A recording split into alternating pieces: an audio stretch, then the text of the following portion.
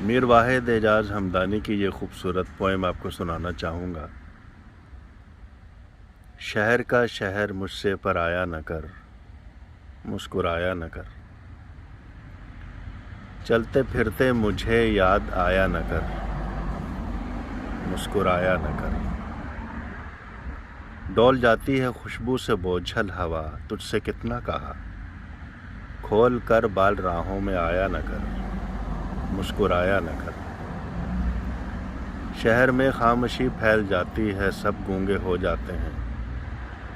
मेरे एहसास में गुनगुनाया न कर, मुस्कुराया न कर। एक आहट हुई तो जुदाई कहीं से निकल आएगी। मुझसे मिलकर बहुत खिलखिलाया न कर, मुस्कुराया न कर।